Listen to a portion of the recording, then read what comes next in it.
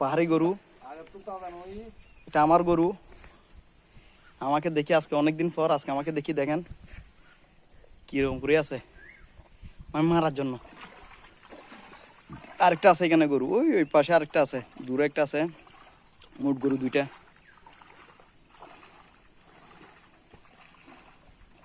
এটা আজকে থেকে 1 মাস আগে, এখনো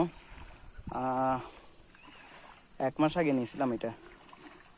1 মাস, 1.5 মাস নই গরিবে লইছি। 1.5 মাস আগে মার নে।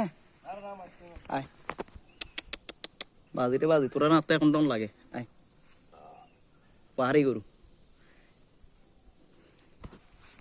পাহাড়ি গরু দেখেন। আর তুই একটু ওই হ্যাঁ